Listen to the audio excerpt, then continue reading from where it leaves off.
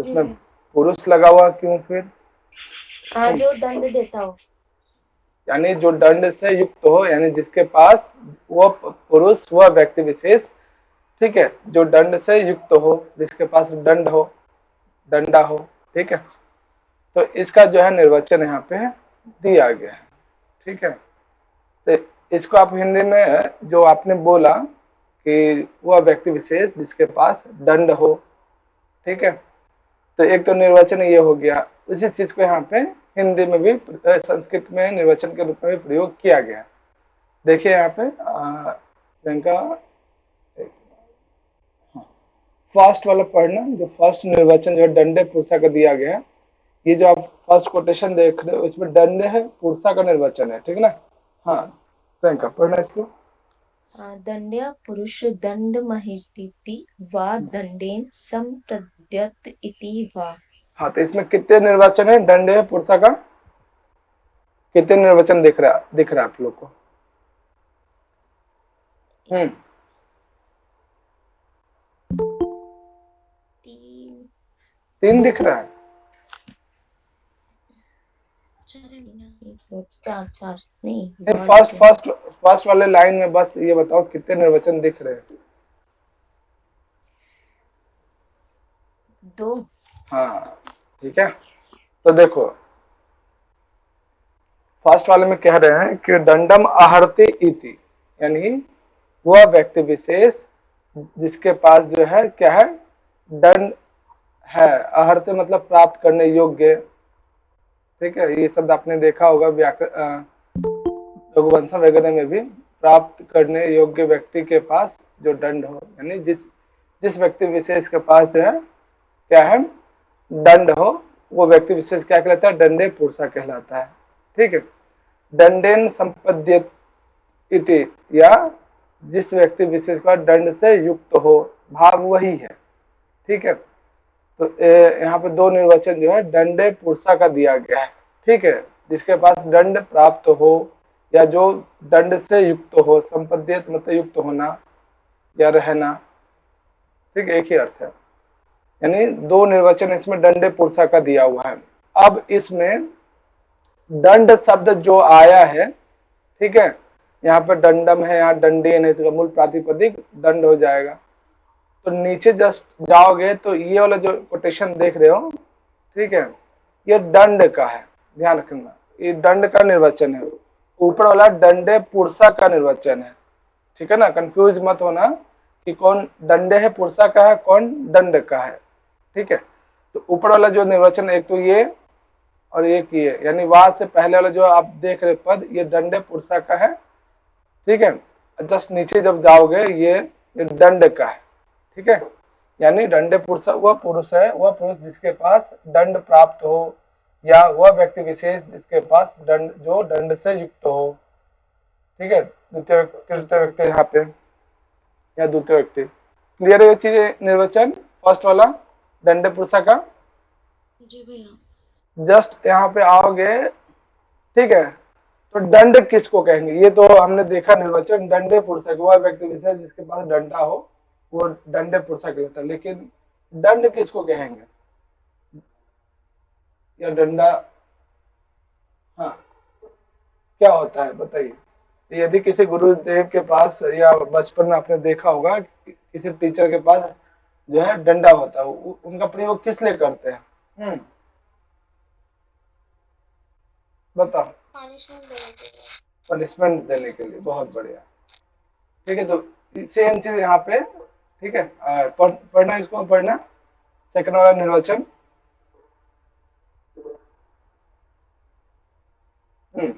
दंडो ददते धारयति कर्मणः दमनादित्यो पमन्यवः। बहुत बढ़िया। देखो पहला के दंड क्या है? ददते धार्यति कर्मणा। दंड उसे कहते हैं जिसपे दद धातु हो, ठीक है, ध्यान रखना। दंड में जो है दद धातु, ये धातु याद रखिएगा। किस अर्थ में? धार्यति, धारण करने अर्थ में प्रयोग किया जाता है, इसलिए दद धातु से दंड बना है। और दंड को क्या कोई टीचर वगैरह क्या करता है? धारण करता है, इसको हाथ में पकड़ के रखता है, ठीक है।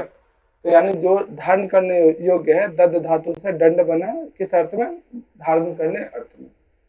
जस्ट आगे आओगे, दमनात इति औपमन्वः, ये कौन है?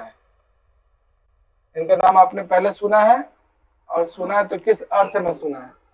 बताओ। मैंने निगमा को निघंटु शब्द का हाँ, अर्थ बताया था। बहुत बढ़िया, निगमा इमे भवन्ति थे, बहुत बढ़िया, ठीक है। तो ये क्या कह रहे हैं? दंड दमनात इति, ये दमन क्या आपने नाम सुना होगा हिंदी में भी, क्या होता है? दमनात इति उपमन्वा है, ये कह रहे हैं कि उपमन्यु आचार्य के अनुसार दंड वह है जिसके द्वारा दमन किया जाता हो। कि दमन शब्द हिंदी में आप किस अर्थ में आप लोग प्रयोग करते हैं? दमन का मतलब है कंट्रोल करना। बहुत बढ़िया, नियंत्रण करना, कंट्रोल करना, ठीक है। यानी आप बिल्कुल, टीचर वगैरह क्या करता है, दंड यदि उसके पास है तो बच्चे सब नियंत्रण में रहते, कंट्रोल में रहते, कोई बदमाशी करता नहीं है, ठीक है। तो दूसरा निर्वचन जो हो गया, ये भी क्या है? दंड का है। ऊपर वाला जो दो हमने देखा, ये दंड पुरुषा का है। नीचे वाला दो निर्वचन जो अभी आपने देखा, वो दंड का है। तो ये वाला जो है ना, खासकर दमनात इति उपमन्वा, बहुत इंपॉर्टेंट। दमनात इति दंड, ठीक है, ये किसका कथन है? तो औपमन्वाचार्य का। ध्यान रखना कि प्रथम अध्याय में भी औपमन्वाचार्य आए, दूसरे अध्याय में भी औपमन्वाचार्य आए, ठीक है। शुरुआती दौर में वो भी आए, इधर भी, याद रखना। क्लियर है? जी भैया। जस्ट नीचे आओगे,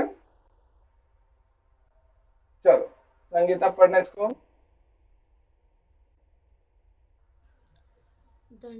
दंडम दंडम अस्या कर्षतेति गहर्याम। हाँ, तो दंड का प्रयोग या डंडे का प्रयोग हम लोग क्यों करते हैं? किसी व्यक्ति विशेष को नियंत्रण करने के लिए। क्यों? ताकि वो किसी भी प्रकार का, ठीक है, और इसको संधि विच्छेद करोगे।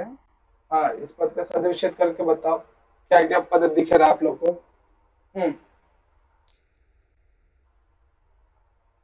बताओ। ये दंडमस्य, फिर आकर्षतेति।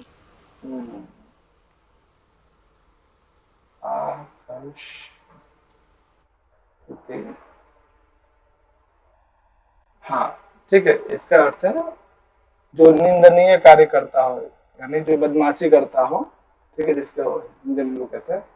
तो दंड के द्वारा क्या होता है, ठीक है, कहा जाता है यदि कोई निंदनीय कार्य या कोई किसी प्रकार के जो है दुष्ट व्यवहार करता है, उसे जो है दंडम अस्य, ऐसे व्यक्ति विशेष को जो है दंड दिया जाता है। ऐसे भी संसार में जो है या लोक में प्रसिद्ध है कि निंदनीय व्यक्ति के प्रति जो है दंड का प्रयोग किया जाता है। तो विशेष रूप से जो है ऊपर वाला जो दो कोटेशन है इसे ध्यान रखना, और ये वाला जो है दंडे पुरुष, इसका निर्वचन ध्यान रखना। यानी दंडे पुरुष वह होता है जिसके, वह व्यक्ति विशेष जिसके पास दंड है या दंड के द्वारा जो युक्त है। जस्ट नीचे हमने दंड का निर्वचन देखा कि दद धातु है धारण अर्थ में, और दूसरा निर्वचन दंड का दमना तृतीय अपमानवा, जिसके द्वारा किसी व्यक्ति विशेष को नियंत्रण किया जाता है, वो दंड है। क्लियर है निर्वचन? बहुत इंपॉर्टेंट। हाँ जी भैया। ठीक है, तो अभी हमने जो है दंड पुरुषा का निर्वचन देख लिया, दंड का निर्वचन देख लिया, कंबोज का देख लिया। अगला निर्वचन है इसमें कक्षया। क्या फोटो दिख रहा है आप लोग को? बताओ, फोटो में क्या दिख रहा है इसमें? एक आदमी है जो कि घोड़े पे बैठा है, घोड़ा दौड़ रहा है, वो घोड़े को मतलब रेसिंग वाला। हाँ, साथ में इसके बगल में घोड़े की लगाम रस्सी भी रखी है। बहुत बढ़िया, चलो। हाँ, प्रभात पढ़ना तीनों निर्वचन को।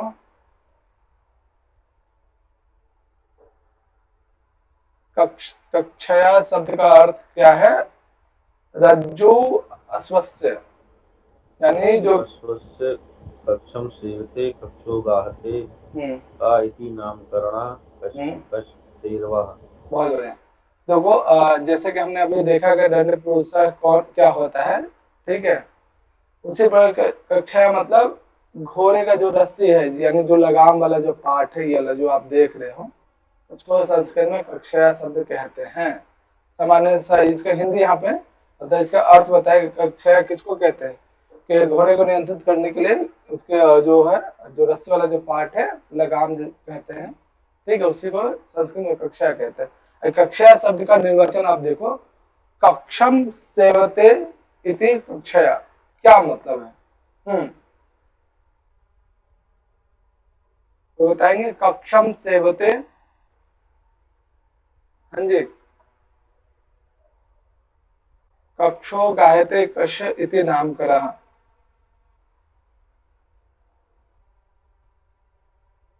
कश है या वश, एक बार देखना अपने बुक में, मेरे बुक में कश, एक बार देखना आप लोगों ने क्या है। हम्म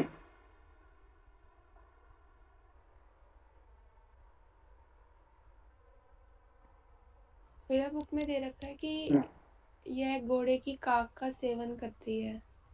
हाँ नहीं, ये वाला पद देखना, ये आप लोगों ने कश है या वश है, एक बार देख लेना कंफर्म। ये कसी है भैया। कश है, ठीक है। देखो, कक्ष क्या करता है, दोनों तरफ से। भैया रिकॉर्डिंग ऑन कर दी थी ना? हाँ हाँ, ठीक है। कक्षम सेवते यानी कक्षा क्या करते हैं, कक्ष को सेवन करता है, यानी दोनों तरफ से जो है, दोनों पार्ट को जो है नियंत्रित करने का कार्य करता है। और कक्षो गायते कश इति नामकरण। अब इसमें कक्ष शब्द कैसे बनता है, किस धातु से बनता है, कौन बताएंगे इसको देखकर? बताओ।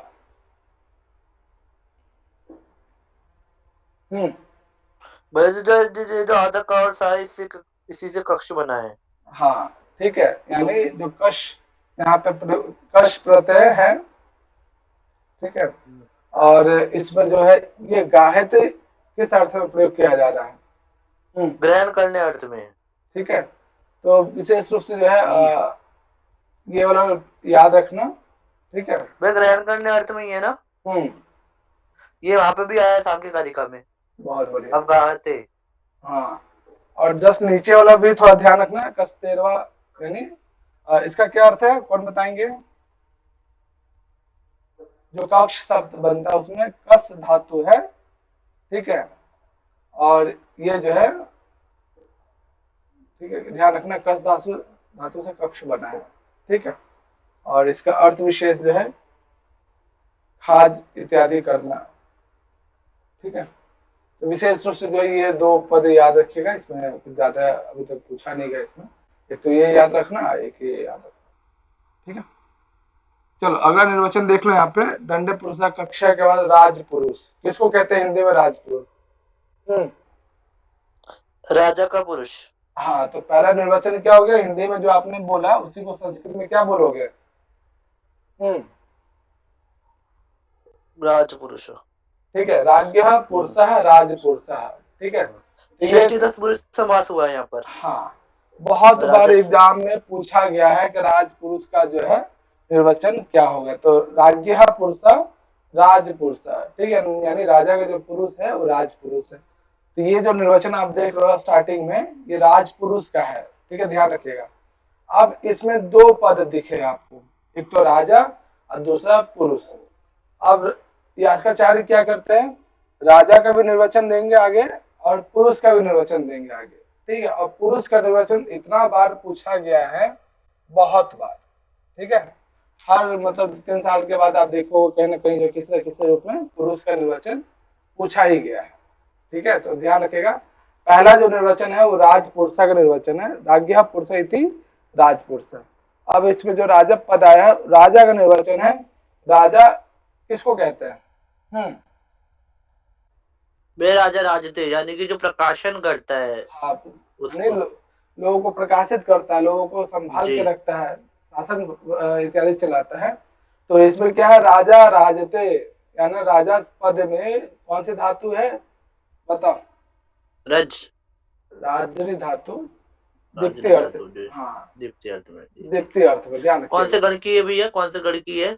गण तो मेरे को नहीं पता बोला, चलो ठीक है, मैं देख लूंगा। हाँ, तो देखो यहाँ पे राजा राजते, यानी राजा वो है, ठीक है, जो किसी को जो है राजरी यानी दीप्ति धातु, राजरी धातु से राजा बना है, इसका अर्थ होता है दीप्ति या शोभित होना, ठीक है, प्रकाशित करना, ये सभी इसी का अर्थ है।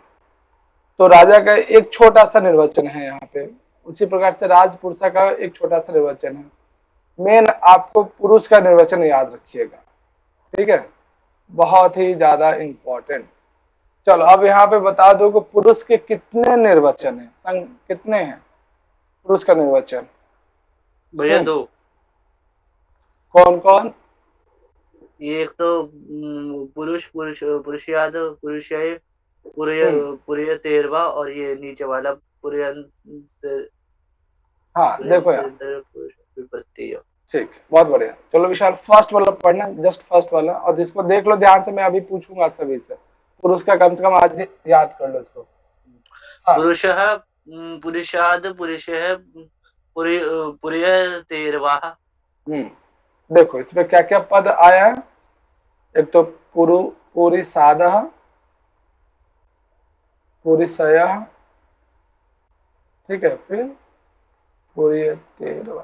क्या मतलब होता है तो बताएंगे फर्स्ट। बताओ बच्चा। भाई पुरुषाद का मतलब मुझे लगता है कि पुर में रहने वाला। हाँ, यानी पुर में स्थित। जो आपने सांख्य कारिका के संदर्भ में वहां पे जो पुरुष देखा था वही आत्मा विशेष की बात। देखो यहाँ तो इसमें यानी पुतेरवाह, यानी इसमें कौन सी धातु दिख रही है आप लोग को?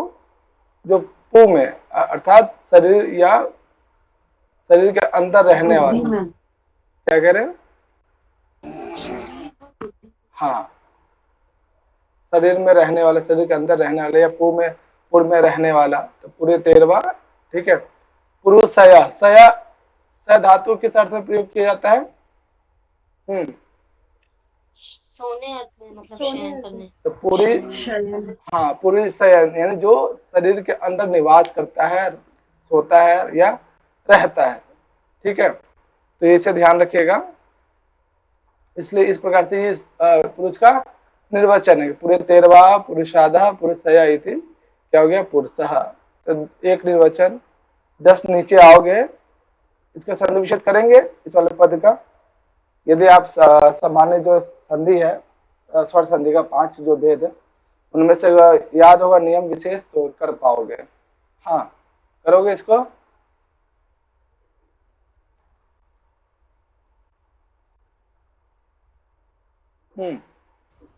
मैं कोशिश करूं। पूर्यति इति, पूर्यति इति जी, पूर्यति अंतः, हाँ, अंतः पुरुष। कुछ छूट रहा है आप पे।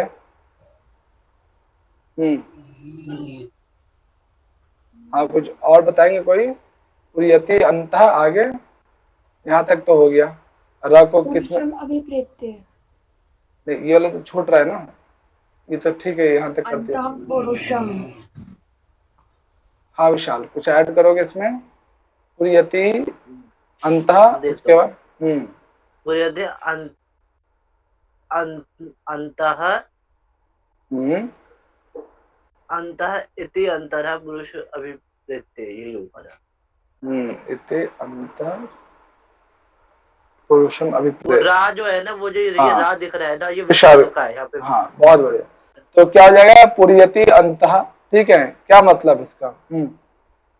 पुर्यति यानी जो संसार को पूर्ण करता हो, ठीक है। संसार को, यानी यदि पुरुष ना होता है अर्थात आत्मा नहीं होगा, तो किसी जीव विशेष का उत्पन्न, जो आप आत्मा का महत्व जानते हैं उसी के संदर्भ में, तो पुर्यति यानी संपूर्ण संसार को जो है अंदर से जो है क्या करता हो? पूर्ण करता हो। वो इसी पुरुष का अर्थ ये है, जो सारे संसार को पूर्ण करता हो, वो पुरुष का कहलाता है। यानी पुरुष के यहाँ ये सभी निर्वचन पुरुष का है। ये राजा का है, और ऊपर वाला जो आप देख रहे हो राज पुरुष का है। तो तीनों में डिफरेंस ध्यान रखना।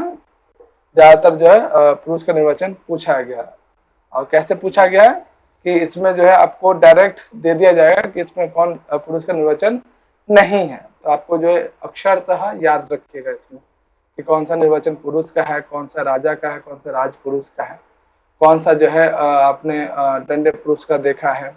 दंडे पुरुष अलग है इसका निर्वचन, और राज पुरुष अलग है इसका निर्वचन, ठीक है। तो इसमें कंफ्यूज मत होइएगा कि कौन सा दंड पुरुष का है कौन सा? राजपुरुष का है।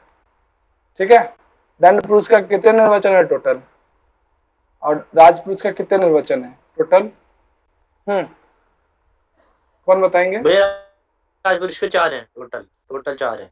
राजपुरुष के टोटल 4 है या 1 है? ये राजपुरुष का एक ही है, दंड के राजपुरुष दो हैं। का राजपुरुष राजपुरुष का तो एक ही है, एक हाँ, हाँ। और दंड पुरुष का? ये दो हैं। हाँ, बहुत बढ़िया। वो 2 कौन कौन से हैं? याद है किसी को? चलो मैं लिख रहा हूँ, बताना सही है। एक तो ये देखो, दूसरा देखो, सही है?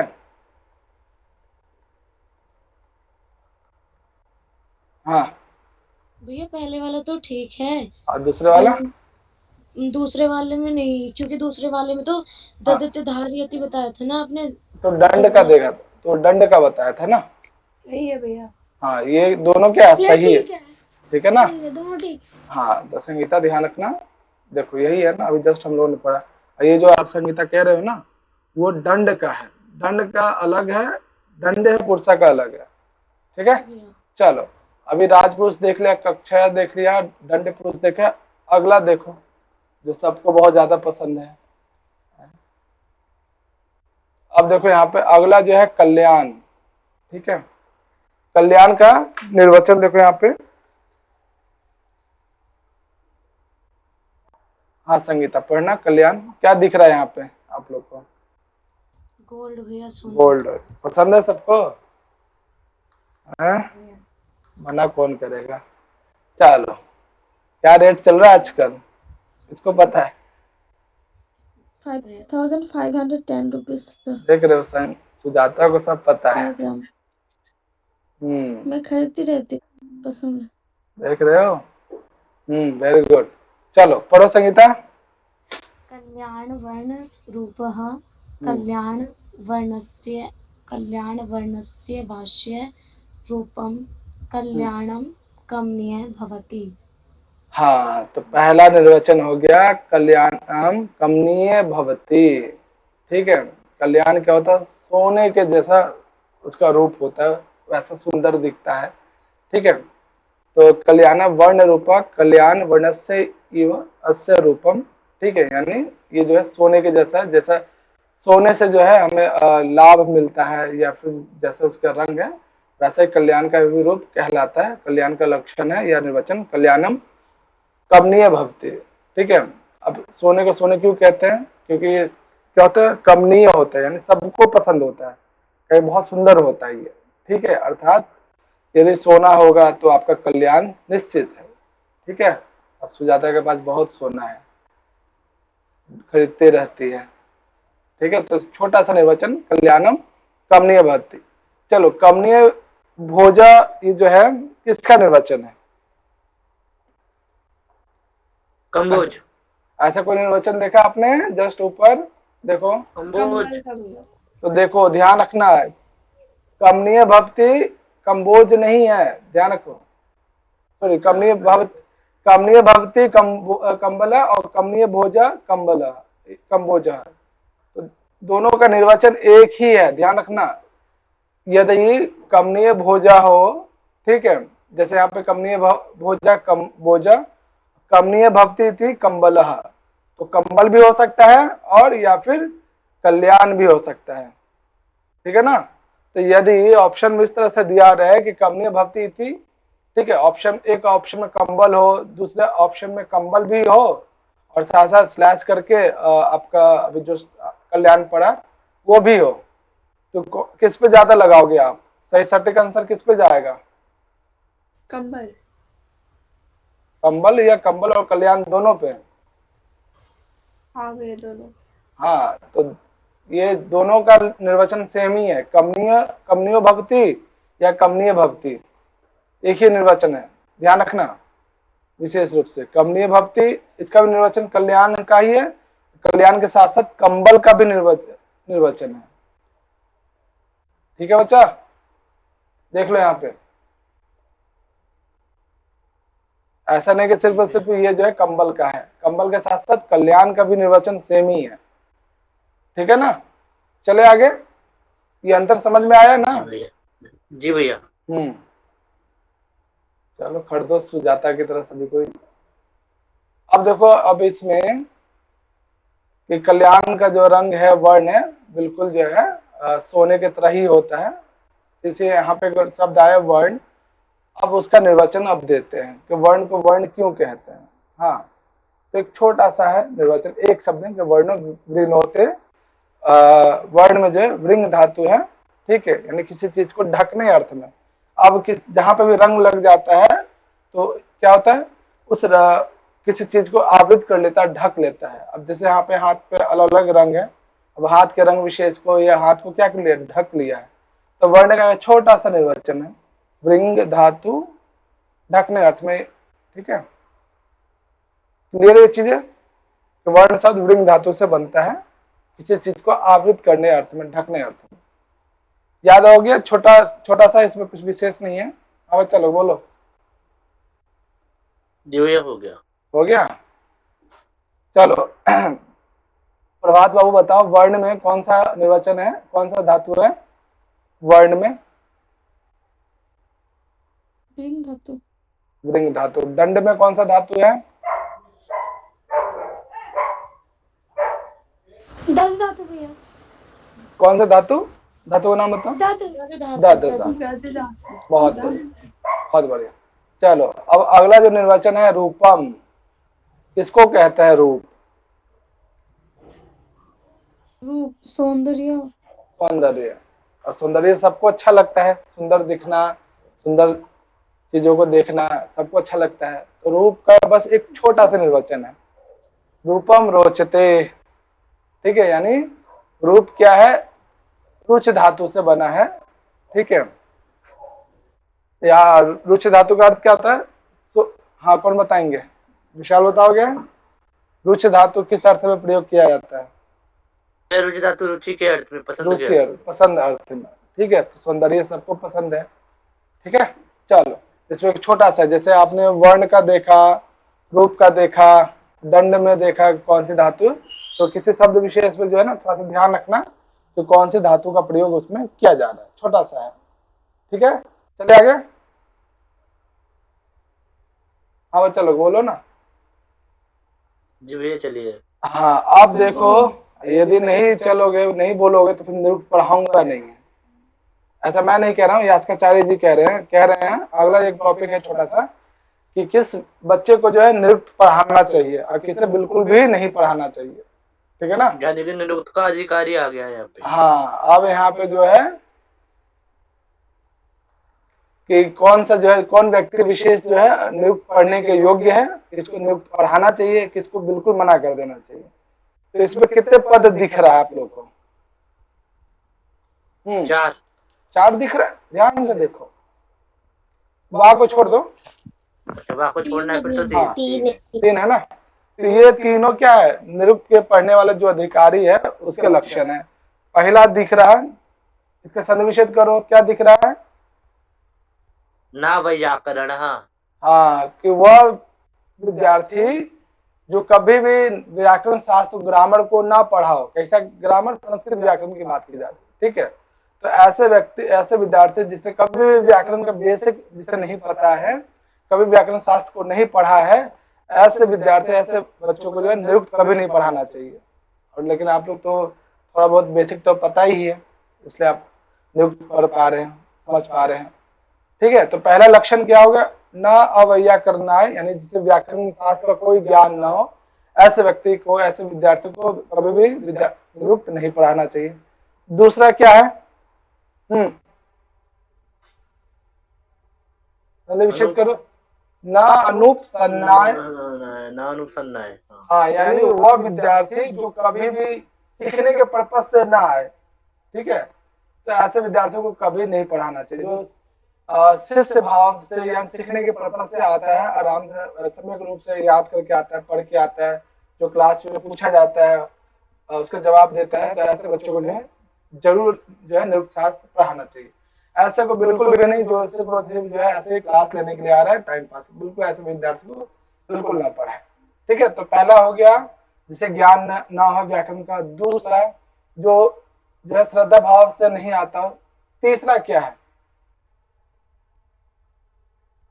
जो अयोग्य हो। अनिन विंदे, यानी जो योग्य उस व्यक्ति विशेष में निरुक्त शास्त्र पढ़ने का योग्यता ही ना हो। ठीक है, मतलब वो निरुक्त पढ़ना ही ना चाहता हो। हाँ ठीक है, तो ऐसे व्यक्ति विशेष को भी कभी निरुक्त शास्त्र नहीं पढ़ाना चाहिए। अब इसमें क्वेश्चन कैसे बन सकता है? एक तो इसमें कि निरुक्त शास्त्र का अधिकारी कौन बन सकता है, ऑप्शंस में ये सब हो।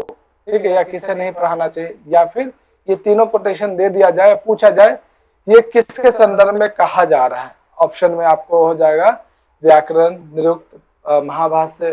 ठीक है, या चौथा जो है आप कोई उपनिषद का ग्रंथ ले लो। तो इसका ये किसके संदर्भ में तीनों पद हैं? बताओ। निरुक्त के संदर्भ में। बहुत बढ़िया, किसे पढ़ाना चाहिए किसे नहीं। हाँ बहुत बढ़िया, ये समझ में आ गया। चले आगे जी। चलो, अब यहाँ से जो है अगला जो निर्वचन है गौ, किसको कहते हैं? ये क्या दिख रहा है आप लोग को? क्या है ये? पृथ्वी। चलो, पृथ्वी का एक निर्वचन बताओ एक शब्द में। हाँ, प्रथनाथ पृथ्वी। इसमें कौन सी धातु है? प्रथ धातु। किस अर्थ में? मतने अर्थ में, व्याप्त होने में, चलने। चल अब यहाँ से जो गौ पद दिख रहा है आप लोग को, इसके कई अर्थ हैं। ठीक है, अभी यहाँ पे हम लोग देखो, यहाँ पे गौ को जो है पृथ्वी भी कहते हैं। क्यों कहते हैं इसके पीछे का देखो यहाँ पे रीजन। चलो पढ़वा दो, पढ़ना इसको। गौरति पृथिव्याम नामधेयं यद्रि दुरंगता भवति यच्चास्यां भूतानि गच्छन्ति कतेर उकारो नामकरणः। चलो, गौ को जो है, गौ का मतलब सिर्फ गाय नहीं है। ठीक है, यहाँ पे जो है गौ पद का मतलब पृथ्वी है। तो पृथ्वी किसको कहते हैं? आप लोग हिंदी में भी अगर आप लोग से पूछा जाए कि पृथ्वी का क्या डेफिनेशन हो सकता है, क्या बताएंगे आप लोग? बताओ। अगर हिंदी में पृथ्वी वो है जहाँ पे हर लोग इंसान रहते हैं। बहुत ये बढ़िया, तो कोई भी बता सकता है। बहुत सुंदर। तो बस एक निर्वचन तो आपने बता दिया, और क्या हो सकता है? जो बहुत दूर है वो, बहुत दूरम भवती। अच्छा, तो बहुत दूर तो चांद भी हो जाएगा, सूरज भी हो जाएगा, तारे भी हो जाएंगे। तो जब भी निर्वचन करो तो वो निर्वचन जो है अति व्याप्ति ना हो। एक प्रकार का दोष है जो आप लोग तर्कसंगत भाषा में पढ़ेंगे अभी जी। ठीक है, चलो, गौ का मतलब, गौ को जो है पृथ्वी के नाम से भी जाना जाता है, जिसका पहला निर्वचन है यद दुर्गता भवती। ये बता, पृथ्वी क्या छोटा है क्या? बहुत सीमित मात्रा तक फैली हुई है क्या? नहीं ना, बहुत दूर तक फैली हुई है। ठीक है, तो पहला निर्वचन है यत दुर्गता भवती, बहुत दूर तक जो व्याप्त है, बहुत दूर तक फैली हुई है। ठीक है, वो क्या है? पृथ्वी, पहला निर्वचन। दूसरा देखो, यस्याम भूतानि गच्छन्ति। अब इसमें कौन सा सर्वनाम पद दिख रहा है आप लोग को? कोई ऐसा कोई पद जो सर्वनाम पद दिख रहा है आप लोग को? अस्याम। अस्याम किसके लिए प्रयोग है? पृथ्वी के लिए। पृथ्वी। भूतानी का मतलब प्राणी। हाँ, प्राणी। अब इसमें आप लोग जब आगे बढ़ोगे ना तो भूत का भी निर्वचन देखोगे। ठीक है, जिसे आप लोग जैसे डरते हैं, देखे हैं कि नहीं देखे हैं पता नहीं, लेकिन यास्काचार्य के समय में भूत पिशाच ये सब जो है ना, उस समय भी ऐसा लगता है कि समाज में चलता था। तो देखो यहाँ पे यस्याम भूतानि गच्छन्ति, यानी जिस पृथ्वी पे सभी प्राणी जीव जो है क्या करते हैं? गच्छन्ति, चलते हैं।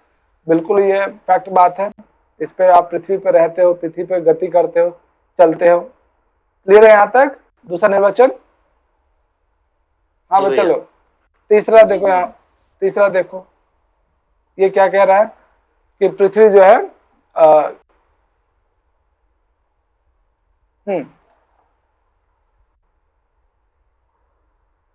अब इसमें जो है गौ शब्द को है जो है यहाँ पे बताया गया, गौ शब्द का नामकरण कैसे हुआ, गौ में कौन से धातु है। ठीक है, तो गौ में जो है गाम धातु, सॉरी गम धातु ऐड कर लीजिएगा, गाते हुए वकारो नाम करना है। ठीक है, इसे इतना इम्पोर्टेंट नहीं है, विशेष रूप से ये थोड़ा ध्यान रखना है। तो देखो इसमें गौ में जो है गम धातु है और इसमें प्रत्यय, विशेष रूप से ये फर्स्ट वाला और दूसरे वाला याद रखना। ठीक है, तो गौ जो है, गौ को पृथ्वी भी कहते हैं और इसके दो निर्वचन है, किसको याद हो गया?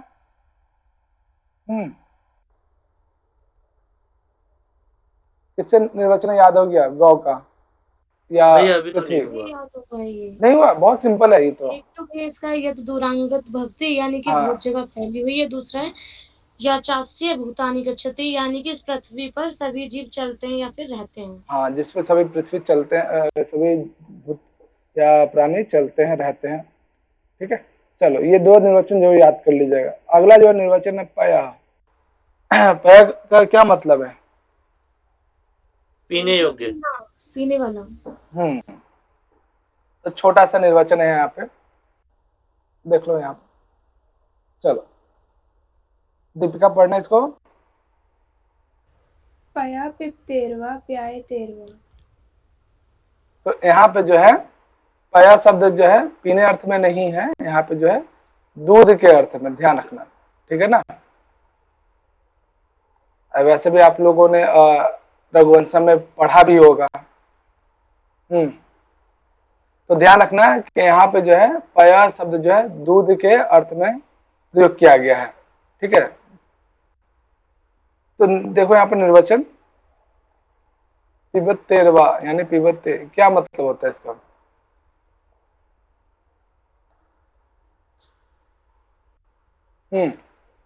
जो पीबे तेरवा का अर्थ है पिबेद यानी कि जो जो पीना चाहिए, यहाँ पे पिप धातु है। हाँ, पिब धातु है, पीने योग्य। ठीक है, यानी जो दूध है उसे हम क्या कर सकते हैं, पी सकते हैं। और इसमें जो है एक निर्वचन, इसे ध्यान रखना विशेष रूप से। ठीक है, अगला जो निर्वचन इसमें आप देख रहे हो क्षीर। क्षीर किसको कहते हैं? भैया जल को। भैया इसमें जो पय है, पय में प्याय तेरवा का क्या अर्थ है? यानी इसमें जो है आय से बना है, ऐसा व्यासकाचार्य कह रहे हैं, पीने योग्य। ठीक है, जिसे ग्रहण किया जा सकता है। ठीक है, अच्छा ठीक है भैया, ओके। क्षीर का मतलब क्या समझते हैं आप लोग? क्षीर का मतलब जल भी होता है, दूध भी होता है। हाँ, तो यहाँ पे जो क्षीर है दूध के संदर्भ में है। ठीक है, और आगे चल के फिर वो जल के रूप में भी प्रयोग होता है। क्षीरम क्षरते यानी क्षीर में जो है क्षर धातु है। ठीक है, नोट कर लीजिएगा। ठीक है, तो पानी के अर्थ में भी होता है और दूध के अर्थ में भी होता है। ठीक है, तो यहाँ पे ध्यान रखिएगा, क्षर धातु से क्षीर बना है। बहुत एक एक पद विशेष का, कुछ कुछ निर्वचन तो बहुत ही ज्यादा आसान है। उसी प्रकार से चर्म का जो है निर्वचन कि चर्म, क्षर धातु का अर्थ क्या होता है? क्षर धातु का अर्थ होता है जो उसमें दूध में क्या होता है, एक स्निग्ध होता है, चिकनापन होता है, उसी अर्थ में प्रयोग किया गया। ठीक है भैया, ओके। देखो दूसरा निर्वचन, देखो एक ऐसा निर्वचन जो याद रखना जो एक वर्ड का हो, जैसे वर्ण का हो गया, रूप का हो गया, पय का हो गया। ठीक है, क्षीर का हो गया, अगला चर्म का हो गया। एक एक पद वाले को जरूर ध्यान रखना। जैसे चर्म, ये जो स्किन है, स्किन क्या है, पूरे शरीर में फैला हुआ है। ठीक है, तो इसी का क्या निर्वचन, छोटा सा है, चर्म चरते, यानी चर्म जो है चर धातु से बना है और ये जो है संपूर्ण शरीर में गति अर्थक होता है, यानी गति अर्थ में यानी फैलने के अर्थ में है, यानी संपूर्ण शरीर में क्या है, व्याप्त है। हर जगह जो है आपको स्किन या चर्म मिल जाएगा, इसलिए इसमें चर्म शब्द जो है चर धातु से बना है। समझ में आ रहा है ना निर्वचन? हाँ जी सर, समझ आ रहा है। तो जितने भी निर्वचन आज हमने देखा, ठीक है, दंड पुरुषा से लेकर थोड़ा बहुत तो याद तो अभी हो गया होगा इसमें।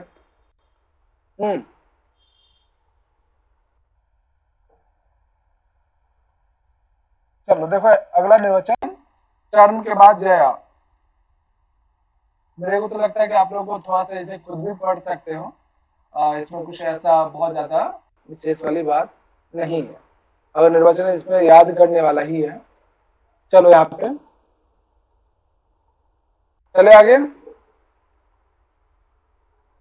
जी भैया। हाँ जी देखो भैया। जया शब्द आपने देखा होगा, एक जया ये होता है, एक जाया ये होती है, दोनों अलग है या एक ही है?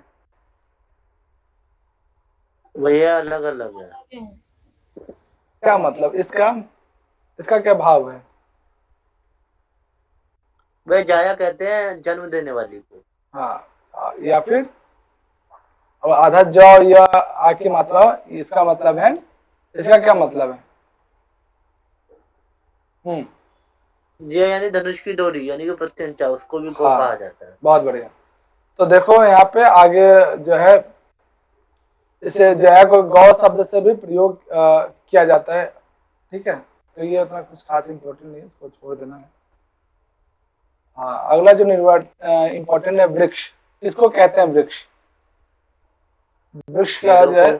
पेड़ों को कहते हैं। इसको आप हिंदी में पेड़ को कैसे डिफाइन करेंगे, कैसे परिभाषित करेंगे कि जो है वृक्ष है?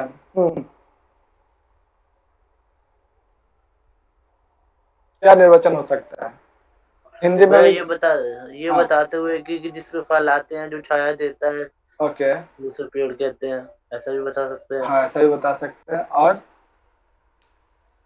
और जो उगाया जाता है, मतलब जो जो जो जो हम्म, बीज से रोपा जाता है, उसको वृक्ष कहते हैं। ठीक है, चलो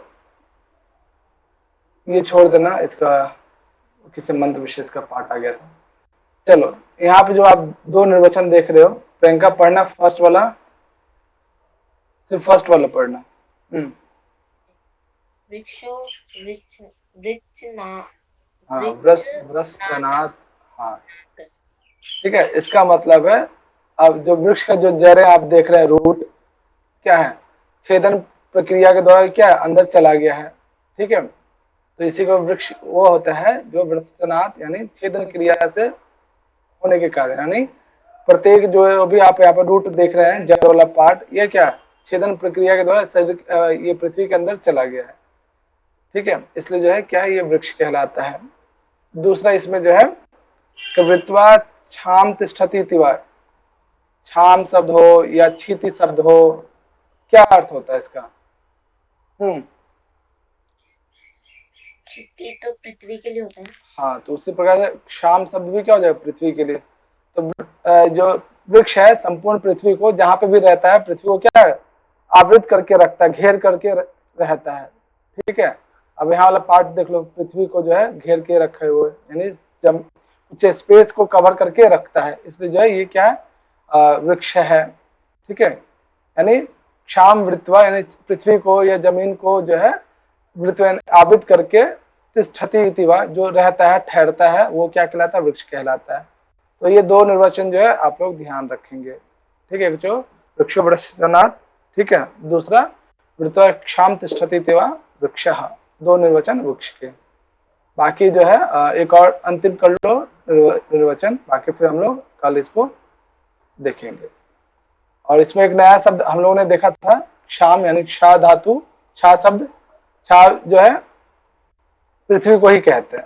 ठीक है, जो अभी उसमें नया एक शब्द देखा ना आपने, इसमें छोटा सा निर्वचन कि क्षा किसको कहते हैं, क्षेत्र निवास कर्मना, जहाँ पे जो है निवास किया जाता है, लोग जो है रहते हैं सभी, वो क्या कहलाता है, क्षा कहलाता है। इसमें कौन सी धातु, क्षी निवास है, क्षी धातु है निवास अर्थ में।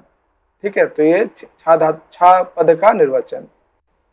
तो आज इतना ही रखते हैं। इसमें आज हमने क्या क्या देखा, कंबोज से लेकर छा पद तक, उसमें रूप है, वर्ण इत्यादि, कल्याण इत्यादि।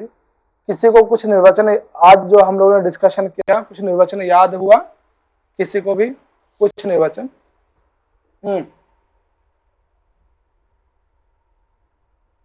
किसे याद हुआ? भैया मुझे याद हो गए 2-3। 2-3 बताना। एक तो भैया क्या कहते हैं उसका गौका है। गौका, ओके।